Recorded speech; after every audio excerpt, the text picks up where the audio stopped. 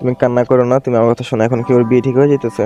তাই বাসার থেকে তো সবাই এরকম চাপ দিতেছে, মানে ও একা আর পুরো ওর ফ্যামিলি আলাদা, মানে ও একদিকে আর ওর ফ্যামিলি একদিকে। যে তোমার এইরকম সিচুয়েশন প্রত্যেকটা মেয়ের লাইফে আসে, ঠিক আছে? আর ও যদি তোমার ভালোবাসে আর তোমার সাথে যদি ও থাকতে চায়, তো ওর যদি রাজা বাচ্চা ছেলে হয় না দাও, তাইলে ও কোনো সময় রাজি হবে না, ঠিক আছে? ওর মুখের মধ্যে ডিরেক্টলি একটাই কথা থাকবে, যে যদি আমার জোর করে অন্য কোথাও বিয়ে দাও তাহলে আমি নিজেদের শেষ করে ফেলবো, উল্টাপাল্টা কিছু করে ফেলবো। তুমি এগুলো নিয়ে প্যারা খাও না, কান্নাকাটি করো না।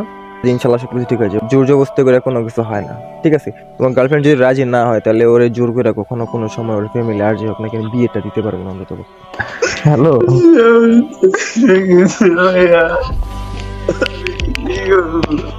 এই মেহেদি,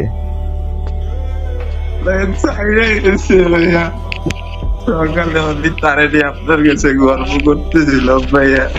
কান্না করো না, তুমি ভাইয়ের কথা শোনো। আমি তোমার সকালে একটা কথা বলছিলাম যে তোমার